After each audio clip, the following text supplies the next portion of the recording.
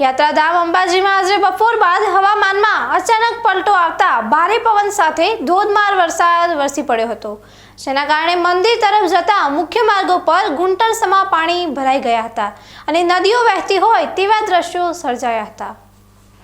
હવામાન વિભાગની અગાઉથી આપેલી ભારે વરસાદની આગાહી વચ્ચે અંબાજીમાં મેઘરાજાએ જોરદાર મહેર વરસાવી હતી। ધોધમાર વરસાદ શરૂ થતાં જ થોડા જ સમયમાં અંબાજીના મુખ્ય બજાર વિસ્તાર, મંદિરને જોડતા માર્ગો અને નીચાણવાળા વિસ્તારો જળબંબાકાર બની ગયા હતા। રસ્તાઓ પર પાણીનો અતિશય વેગ હોવાના કારણે વાહન વ્યવહાર પર માઠી અસર પડી હતી અને સરકારી બસો તેમજ સ્થાનિક વાહનોની અવરજવર ખોરવાઈ ગઈ હતી। અનેક સ્થળોએ વાહનોની લાંબી કતારો લાગતા ટ્રાફિક જામ સર્જાયો હતો અને દર્શનાર્થે આવેલા યાત્રિકો લાંબા સમય સુધી રસ્તા પર અટવાઈ પડ્યા હતા। વરસાદને પગલે સમગ્ર વાતાવરણમાં ઠંડક પ્રસરી જતા લોકોને ગરમીમાંથી મોટી રાહત મળી છે, પરંતુ પાણી ભરાવાની સમસ્યાને કારણે જનજીવન પ્રભાવિત થયું છે। સ્થિતિને ધ્યાને રાખીને સ્થાનિક તંત્ર એલર્ટ મોડ પર આવી ગયું છે। તંત્ર દ્વારા વાહન ચાલકોને પાણી ભરાયેલા રસ્તાઓ પર જોખમ ન લેવા અને સાવચેતીપૂર્વક વાહન ચલાવવા અપીલ કરવામાં આવી છે।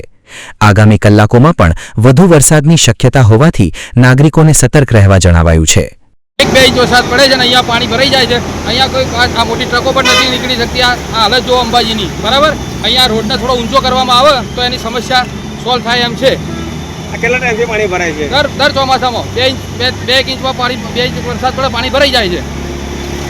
નાના મોટા કેવા વાહનોને તકલીફ પડે? દરેકને તકલીફ પડે છે। આ તમે વિડીયો ઉતારીને જોઈ લો, દરેકને તકલીફ પડે છે। આ બસ ફસાયેલી પડી છે, જુઓ પાછળ, હા, બરાબર। અને નાના બાળકોને કેવી તકલીફ પડે? દરેક વાહનને તકલીફ પડે છે। યાત્રાધામ અંબાજીમાં પડેલા આ ધોધમાર વરસાદથી વાતાવરણ તો આહલાદક બની ગયું છે, પરંતુ પાણી ભરાવાની સમસ્યા વચ્ચે હવે તંત્ર દ્વારા પાણીના નિકાલની યોગ્ય અને અસરકારક કામગીરી કરવામાં આવે તે અત્યંત જરૂરી બન્યું છે। વિક્રમ સરગરા, BK ન્યૂઝ ચેનલ, અંબાજી।